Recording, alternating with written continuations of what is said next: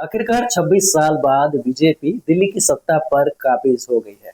अब बारी है मुख्यमंत्री चुनने की। यहाँ हम जानेंगे कि वह कौन से खास नाम या फिर चेहरे हैं जो दिल्ली की सीएम रेस में सबसे आगे है।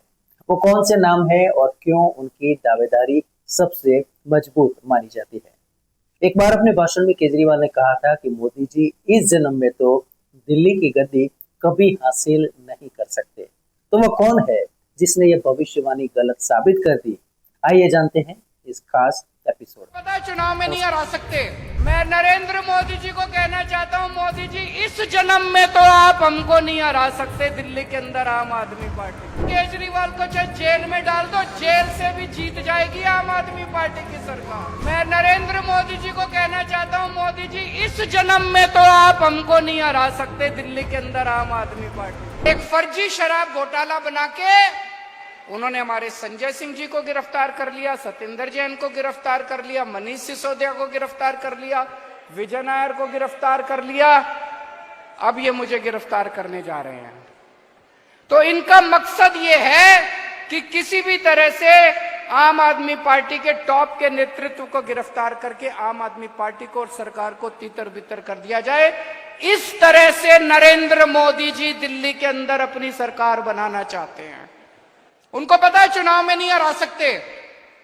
उनको पता है। मैं उनको कहना चाहता हूं, केजरीवाल को चाहे जेल में डाल दो, जेल से भी जीत जाएगी आम आदमी पार्टी की सरकार। मैं नरेंद्र मोदी जी को कहना चाहता हूं, मोदी जी इस जन्म में तो आप हमको नहीं हरा सकते। दिल्ली के अंदर आम आदमी पार्टी को आपको दूसरा जन्म लेना पड़ेगा। इस जन्म में तो नहीं हरा सकते आप आम आदमी पार्टी को दिल्ली में। नमस्कार दोस्तों, रियल वॉइस ऑफ इंडिया में आप सभी का स्वागत। मेरा नाम है नेहल मोदी। दोस्तों, करीब करीब 26 साल तक देश की राजधानी दिल्ली खुद बीजेपी से दूर रही। पहले 15 साल शीला दीक्षित और फिर पिछले 10 साल केजरीवाल की सरकार बनी। शीला दीक्षित ने दिल्ली के विकास के नाम पर वहां की जनता का विश्वास हासिल किया था, तो वहीं केजरीवाल ने मुफ्त की रेवड़ी बांटकर जनता को प्रलोभित किया। 2 टर्म सफल रहने के बाद तीसरी बार भी केजरीवाल ने इसी प्रकार मतदाताओं को अपने पक्ष में लेने का प्रयास किया, किंतु वही दांव बीजेपी ने केजरीवाल के खिलाफ खेलकर आम आदमी पार्टी को चारों खाने चित कर दिया। अब ये जानने की बारी है कि दिल्ली का मुख्यमंत्री कौन बनेगा, यानी दिल्ली की गद्दी किसके हाथ। सबसे पहला नाम जो चर्चा में आता है वो है प्रवेश वर्मा का। प्रवेश वर्मा दिल्ली के पूर्व सीएम साहिब सिंह वर्मा के वह बेटे हैं। वह पश्चिमी दिल्ली से लगातार 2 बार सांसद रहे हैं। 2019 में उन्होंने 5.78 लाख वोट से चुनाव जीता था, जो दिल्ली के इतिहास में सबसे बड़ी जीत मानी जाती है। इस बार नई दिल्ली सीट से उन्होंने पूर्व सीएम अरविंद केजरीवाल को 4099 वोटों से हराया। ऐसे क्या कारण है कि प्रवेश वर्मा भारतीय जनता पार्टी की दिल्ली के मुख्यमंत्री के तौर पे पहली पसंद मानी जा रही है। आइए जानते हैं। मार्च 2024 में लोकसभा टिकट कटने के बाद प्रवेश वर्मा ने कहा था, मुझे टिकट न दिए जाने के पीछे कोई कारण नहीं है। यह हमारी पार्टी है जिसमें एक कार्यकर्ता सीएम बन सकता है और एक चाय बेचने वाला पीएम भी बन सकता है।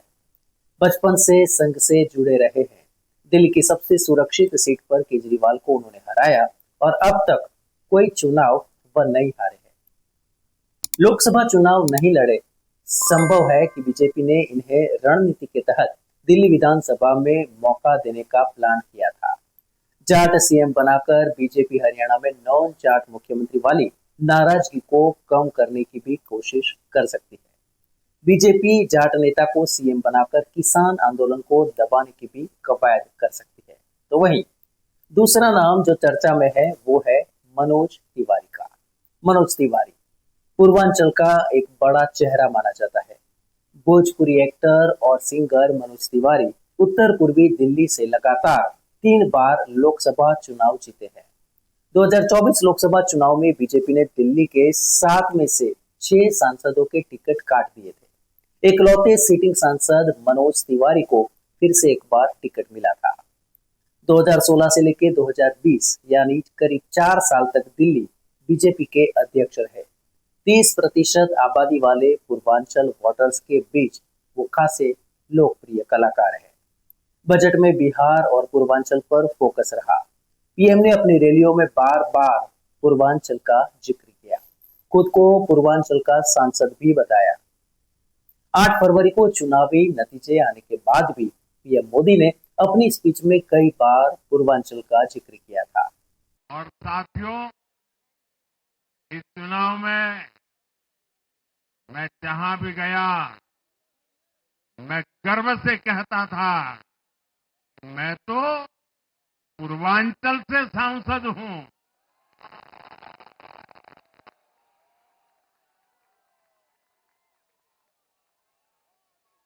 ये पूर्वांचल से मेरा अपनेपन का रिश्ता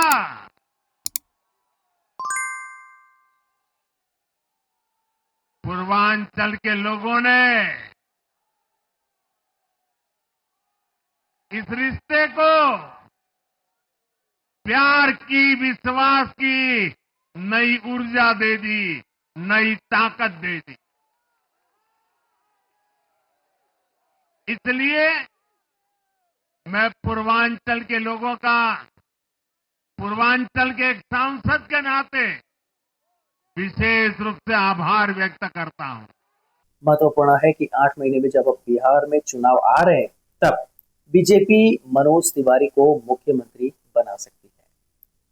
मुख्यमंत्री पद की दावेदारी में एक महिला का नाम भी शामिल है और वह नाम यानी स्मृति ईरानी। स्मृति ईरानी एक महिला के साथ साथ एक अल्पसंख्यक नेता भी है। अपनी साफ वाणी और चतुराई के लिए वह जानी जाती है। 2010 से 2013 तक वह भारतीय जनता पार्टी की महिला मोर्चा की राष्ट्रीय अध्यक्षा रही। 2014 में लोकसभा चुनाव हारने के बाद भी वह मंत्री बनी रही। 2011 से 2019 तक राज्यसभा की सांसद रही।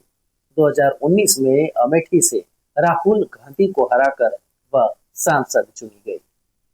सबसे बड़ा महिला चेहरा। बीजेपी में अभी कोई महिला सीएम देश भर में नहीं है, तब स्मृति को सीएम बनाकर बीजेपी महिलाओं को मैसेज दे सकती है।